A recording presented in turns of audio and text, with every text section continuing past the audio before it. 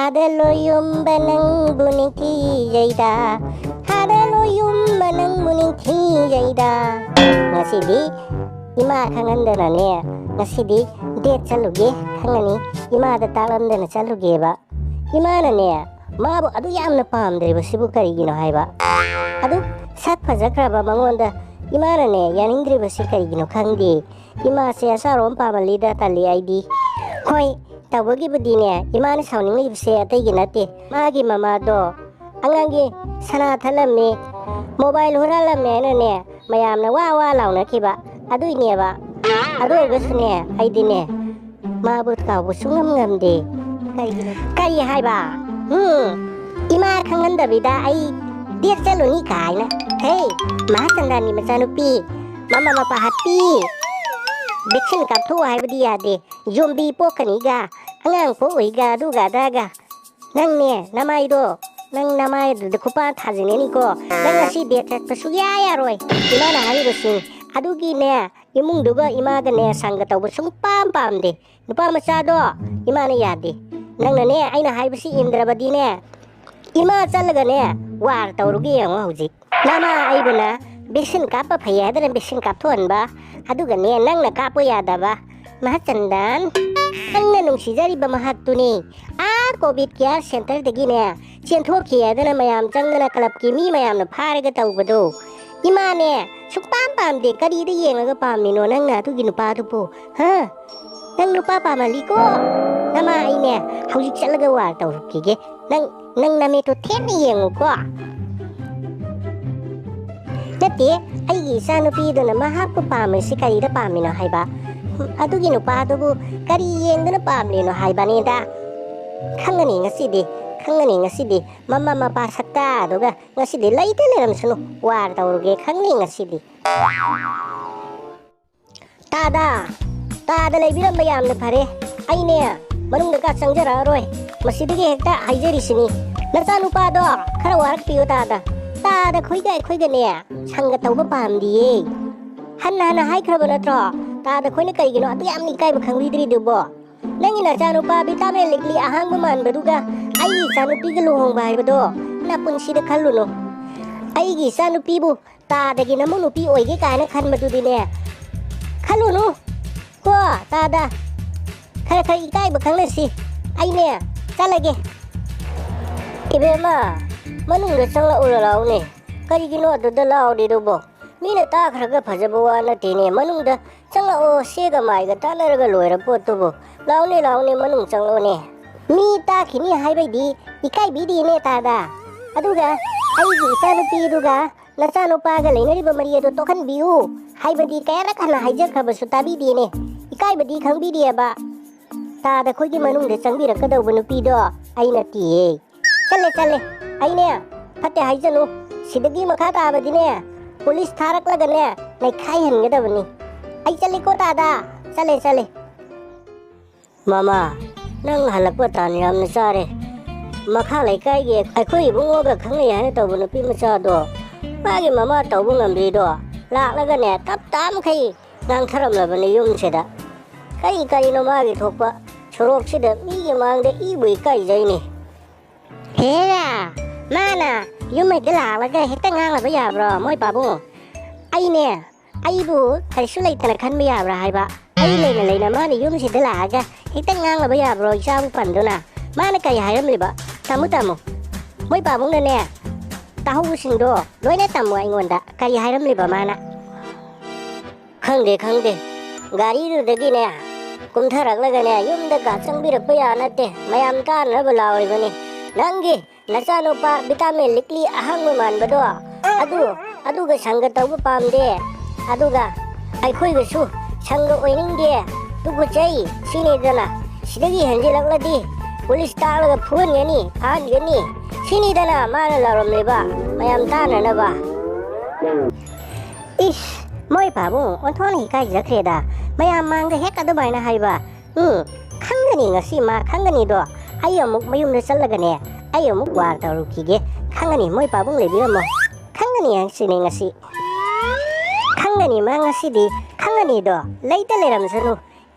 ꯑꯩꯒꯤ ꯏꯆꯥꯅꯨꯄꯥꯕꯨ ꯚꯤꯇꯥꯃꯤꯟ ꯂꯤꯛꯂꯤ ꯑꯍꯪꯕ ꯃꯥꯟꯕ ꯀꯥꯏꯗꯅ ꯃꯥꯒꯤ ꯃꯆꯥꯅꯨꯄꯤꯗꯨꯅ ꯀꯌꯥꯝ ꯐꯖꯔꯗꯅ ꯅꯠꯇꯦ ꯃꯥꯒꯤ ꯃꯆꯥꯅꯨꯄꯤꯗꯨꯅ ꯀꯌꯥꯝ ꯐꯖꯔꯒꯅꯣꯕ ꯃꯥꯒꯤ ꯃꯆꯥꯅꯨꯄꯤꯅꯦꯗꯅ ꯚꯨꯇꯥꯟꯒꯤ ꯍꯥꯎ ꯍꯅꯨꯕꯤ ꯍꯦꯛ ꯃꯥꯟꯕꯤꯗꯣ ꯑꯩꯅꯗꯤ ꯑꯃꯨꯛ ꯏꯃꯧ ꯑꯣꯏꯅꯤꯡꯂꯦꯍꯦ ꯈꯪꯒꯅꯤ ꯉꯁꯤꯗꯤ ꯋꯥꯜ ꯇꯧꯔꯨꯈꯤꯒꯦ ꯑꯩꯕꯨ ꯑꯗꯨꯝꯅ ꯎꯁꯤꯠꯇꯕ ꯌꯥꯕ ꯅꯨꯄꯤꯔꯣ ꯃꯥ ꯍꯥꯏꯔꯨꯅꯨ ꯂꯩꯀꯥꯏꯒꯤ ꯀ꯭ꯂꯕ ꯃꯌꯥꯝ ꯐꯥꯎꯕ ꯈꯟꯅꯕ ꯂꯥꯎꯅꯕ ꯉꯝꯂꯤꯕ ꯃꯤꯅꯤ ꯑꯩꯁꯦ ꯍꯦꯔꯥ ꯍꯦꯂꯥ ꯌꯥꯗꯕꯤ ꯖꯤꯂꯥ 12ꯒꯤ ꯏꯁꯤꯡ ꯊꯛꯅꯕꯤ ꯑꯩꯉꯣꯟꯗ ꯈꯪꯒꯅꯤ ꯃꯥ ꯉꯁꯤꯗꯤ ꯂꯩꯇ ꯂꯩꯔꯝꯁꯅꯨ ꯍꯥꯏꯁꯤꯅꯦ ꯃꯥ 이베마 ꯅꯪ ꯃꯄꯥꯟꯗ ꯂꯩꯔꯝꯕ ꯌꯥꯝꯅ ꯐꯔꯦ ꯅꯪꯅ ꯀꯔꯤꯒꯤꯅꯣ ꯂꯥꯛꯑꯒ ꯑꯩꯒꯤ ꯅꯨꯄꯥꯗ ꯅꯪꯅ ꯀꯩꯅꯣ ꯌꯥꯝꯅ ꯉꯥꯡꯉꯝꯃꯦ ꯍꯥꯏꯁꯦ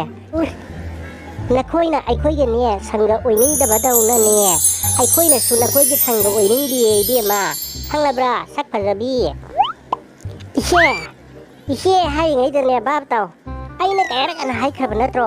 ꯅꯈꯣꯏꯒ ꯑꯩꯈꯣꯏꯒ ꯁꯪꯒ ꯑꯣꯏꯕ ꯃꯇꯤꯛ ꯆꯥꯗꯦ ꯅꯈꯣꯏꯒ ꯑꯩꯈꯣꯏꯒ ꯁꯪꯒ ꯑꯣꯏꯅꯤꯡꯗꯤꯌꯦ ꯍꯥꯏꯗꯅ ꯀꯌꯥꯔꯛꯅ ꯑꯩꯅ ꯍꯥꯏꯈꯤꯕꯗꯨꯕꯣ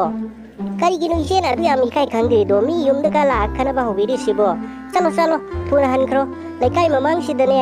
ꯑꯩ ꯏꯀꯥꯏꯕ ꯈꯪꯉꯤ ꯑꯩꯈꯣꯏꯗꯤ ꯏꯀꯥꯏꯕ ꯈꯪꯉꯤ ꯏꯆꯦꯈꯣꯏꯗꯧꯅꯅꯦ ꯃꯤꯒꯤ ꯃꯣꯕꯥꯏꯜ ꯈꯔ ꯍꯨꯔꯥꯜꯂꯦ ꯁꯅꯥ ꯈꯔ ꯊꯠꯂꯨꯔꯦ ꯑꯗꯨꯅꯅꯦ ꯋꯥ ꯋꯥ ꯂꯥꯎꯕꯗꯣ ꯑꯩꯈꯣꯏꯗꯤ ꯑꯗꯨ ꯅꯠꯇꯤꯌꯦ ꯏꯀꯥꯏꯖꯩꯌꯦ ꯃꯤꯒꯤ ꯃꯃꯥꯡꯗ ꯈꯪꯂꯕ ꯉꯁꯤ ꯄꯨꯂꯤꯁ ꯇꯥꯜꯂꯒꯅꯦ ꯐꯨꯍꯟꯗ꯭ꯔꯤꯉꯩꯗ ꯌꯥꯝꯅ ꯊꯨꯅ ꯆꯠꯈ꯭ꯔꯣ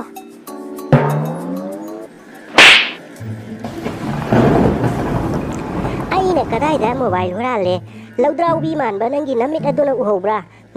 ꯁꯥꯈꯤ ꯁꯥꯄꯣꯟ ꯄꯤꯔꯨ ꯂꯥ ꯁꯥꯈꯤ ꯁꯥꯄꯣꯟ ꯄꯤꯔꯨ ꯂꯥ ꯑꯩꯅ ꯀꯗꯥꯏꯗ ꯃꯣꯕꯥꯏꯜ ꯍꯨꯔꯥꯜꯂꯦ ꯍꯨꯔꯥꯜꯂꯝꯗ꯭ꯔꯗꯤ ꯅꯪ ꯉꯁꯤ ꯅꯪ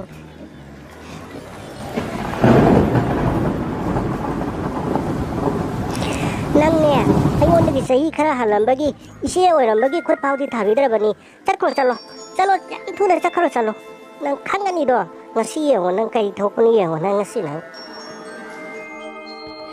ꯍꯜꯂꯣ ꯏꯕꯨꯡꯉꯣ ꯅꯆꯦꯅꯦ ꯅꯆꯦ ꯑꯣ ꯑꯗꯨꯕꯨꯔꯣ ꯅꯣꯡꯃꯅꯦ ꯅꯆꯦꯅ ꯅꯪꯉꯣꯟꯗ ꯋꯥꯔꯤ ꯂꯤꯕꯗꯣ ꯈꯪꯂꯕ꯭ꯔꯥ ꯃꯣꯏꯒꯤꯅꯦ ꯅꯨꯄꯥ ꯃꯆꯥ ꯑꯗꯨꯒꯤꯅꯦ ꯃꯃꯥ ꯃꯄꯥꯗꯣ ꯀꯔꯤꯅꯣ ꯅꯍꯥꯟꯗꯤ ꯃꯃꯥꯗꯣ ꯂꯥꯛꯂꯒꯅꯦ ꯅꯆꯦꯒꯤ ꯈꯖꯥꯏꯗ ꯊꯥꯔꯝꯂꯤꯕꯅꯤꯅꯦ ꯀꯌా ꯇꯧꯕ ꯉꯝꯂꯤꯕꯅꯣ ꯍꯥꯏꯕ ꯅꯪꯅꯦ ꯅꯨꯄꯥ ꯃꯆꯥ ꯑꯗꯨꯒꯤ ꯃꯃꯥ ꯃꯄꯥꯗꯣ ꯍꯥꯠꯇꯤ ꯍꯥꯠꯇꯣꯛꯇꯅꯅꯦ ꯑꯃꯨꯛꯇꯅꯦ FIR ꯑꯃ ꯄꯥꯟꯁꯤꯜꯂꯒ ꯑꯃꯨꯛꯇ ꯐꯥꯎ ꯃꯤꯕꯨ ꯀꯤꯍꯟ ꯈꯪꯍꯟꯕꯒꯤꯅꯦ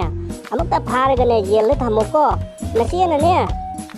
ꯅꯪꯅ ꯄꯤꯌꯣ ꯍꯥꯏꯕ ꯄꯩꯁꯥ ꯄꯤꯔꯛꯀꯅꯤ ꯈꯪꯂꯕ꯭ꯔꯥ ꯃꯗꯣ ꯌꯥꯝꯅ ꯃꯤ ꯎꯁꯤꯠꯇꯦꯅꯦ ꯃꯈꯣꯏꯒꯤ ꯃꯃꯥ ꯃꯄꯥꯗꯣ ꯌꯨꯝꯗꯒ ꯂꯥꯛꯑꯒ ꯅꯆꯦ ꯈꯖꯥꯏ ꯊꯥꯔꯝꯂꯤꯕꯅꯤꯅꯦ ꯒ꯭ꯌꯥꯟ ꯇꯥꯔꯕ ꯌꯥꯝꯅ ꯊꯨꯅ ꯉꯁꯤꯃꯛ ꯐꯥꯎ ꯃꯃꯥ ꯃꯄꯥꯗꯣ ꯈꯪꯕ ꯀꯔꯤꯅꯣ ꯏꯃꯥꯅ ꯇꯧꯕꯤꯔꯤꯕꯁꯤꯕꯨ ꯀꯔꯤꯅꯣ ꯏꯃꯥꯅ ꯇꯧꯔꯤꯕꯗꯣ ꯅꯆꯥ ꯌꯥꯅꯤꯡꯗꯦꯀꯣ ꯑꯩꯗꯤ ꯍꯥꯏꯖꯔꯤꯁꯤꯅꯦ ꯍꯌꯦꯡ ꯐꯠꯇ ꯅꯨꯡꯗ ꯊꯣꯛꯂꯗꯤ ꯅꯆꯥꯕꯨ ꯐꯠꯇꯦ ꯍꯥꯏꯖꯤꯜꯂꯨꯀꯣ ꯑꯩꯗꯤꯅꯦ ꯏꯃꯥꯅ ꯇꯧꯔꯤꯕꯗꯨ ꯌꯥꯅꯤꯡꯗꯦ ꯃꯥꯃꯗꯣ ꯊꯨꯅ ꯍꯥꯏꯗꯣꯛꯈꯣꯀꯣ ꯑꯩꯗꯤꯅꯦ ꯐꯠꯇ ꯅꯨꯡꯗ ꯊꯣꯛꯑꯗꯤ ꯌꯥꯔꯣꯏ ꯍꯥꯏꯖꯔꯤꯁꯤꯅꯤ ꯈꯪꯒꯅꯤ ꯉꯁꯤꯗꯤ ꯑꯍꯜ ꯑꯅꯤ ꯑꯗꯣ 이시에부가 yumda laktana khazaidaga tharamladana ai leina maupa ai leina aduda uya tabakla moi khangra male kangani jail thamjelaga mi hatke taramledana case ama file tawraga loire sathiba FIR ama ikhalaga loire kangani ngasidi ahalani edo police ki mi phufam khada pusillaga ai tawge ngasidi kangani do ngasidi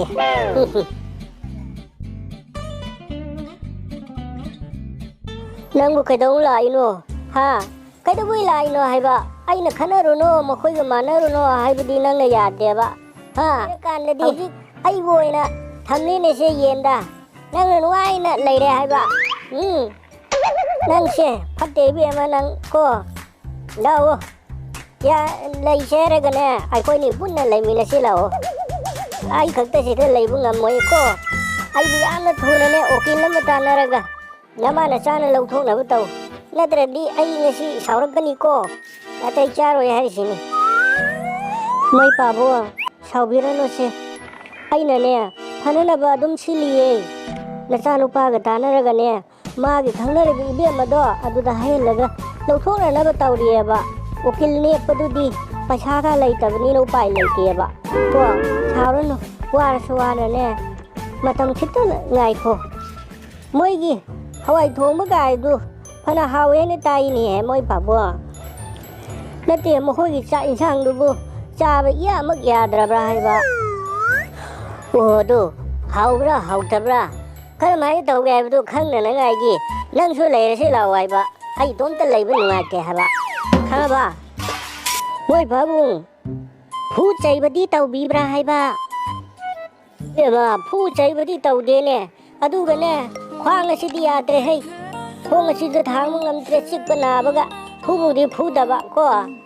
ꯂꯦꯡꯕ ꯌꯥꯗ꯭ꯔꯦꯕ ꯍꯛꯆꯥꯡ ꯑꯁꯤ ꯊꯤꯠꯂꯦꯕ ꯄꯨꯝ ꯊꯤꯠꯂꯦꯕ ꯀꯣ ꯍꯦꯔꯥ ꯃꯈꯣꯏꯅ ꯑꯗꯨꯃꯥꯏꯅ ꯍꯦꯛꯇ ꯐꯨꯕ ꯆꯩꯕ ꯇꯧꯕ ꯌꯥꯕ꯭ꯔꯣ ꯑꯩꯒꯤ ꯍꯦꯛꯇ ꯈꯪꯍꯟꯒꯦꯗꯣ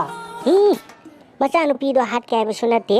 ꯏꯃꯧ ꯑꯣꯏꯖꯒꯦ ꯍꯥꯏꯕꯗ ꯃꯈꯣꯏꯅ ꯁꯪꯒ ꯑꯣꯏꯅꯤꯡꯗꯦꯒ ꯑꯗꯨ ꯇꯧꯋꯦꯒ ꯑꯗꯥ ꯇꯧꯋꯦꯒ ꯈꯪꯅꯤ ꯑꯩ ꯆꯠꯂꯨꯒꯦ ꯃꯣꯏ ꯄꯥꯕꯨꯡ ꯂꯩꯔꯝꯃꯣ ꯑꯩ ꯊꯕꯛ ꯇꯧꯔꯨꯒꯦꯀꯣ ꯑꯩ ꯂꯩꯕꯤꯔꯝꯃꯣ ꯍꯥꯏꯁꯤꯅꯤ ꯅꯣꯡꯗꯝꯕ ꯀꯔꯤꯅꯣ